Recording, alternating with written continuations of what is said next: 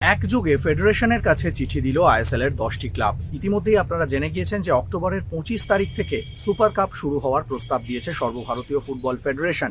পাশাপাশি ইতিমধ্যেই কিন্তু তারা সুপার কাপ আয়োজনের পথেও নেমে পড়েছে, কারণ আইএসএল ক্লাবগুলিকে ফেডারেশনের পক্ষ থেকে একটি চিঠি পাঠিয়ে তাদের আবেদন প্রক্রিয়া শুরু করার আহ্বান জানানো হয়েছে এবং তারপরেই কিন্তু আইএসএল এর 10টি ক্লাব ফেডারেশনকে চিঠি দিয়ে নিজেদের দাবি জানিয়েছে, যেখানে অবশ্যই এই টেন্ডার প্রক্রিয়া শুরু করার জন্য ফেডারেশনকে ধন্যবাদ জানানো হয়েছে। পাশাপাশি কিন্তু বিনিয়োগকারী সংস্থা খোঁজার ক্ষেত্রে বেশ কিছু দাবিতে মান্যতা দেওয়ার কথা বলা হয়েছে এবং যেখানে বলা হয়েছে এমন বিনিয়োগকারী সংস্থা খোঁজা হোক যাতে অবশ্যই তা দীর্ঘমেয়াদী হয় এবং তাদের যাতে অতীতে ফুটবল সম্পর্কে কোনো জ্ঞান থেকে থাকে এবং যাতে তারা মতামত পেশ করতে পারে। পাশাপাশি কথাও জানিয়েছে যে অবশ্যই দীর্ঘমেয়াদী পরিকল্পনা করলে তবেই কিন্তু একটা ফুটবল নিয়ে দীর্ঘমেয়াদী পরিকল্পনা ভারতীয় ফুটবলে প্রতিটা ক্লাব করতে পারবে এবং তাতেই কিন্তু ফুটবলের উন্নতি হবে।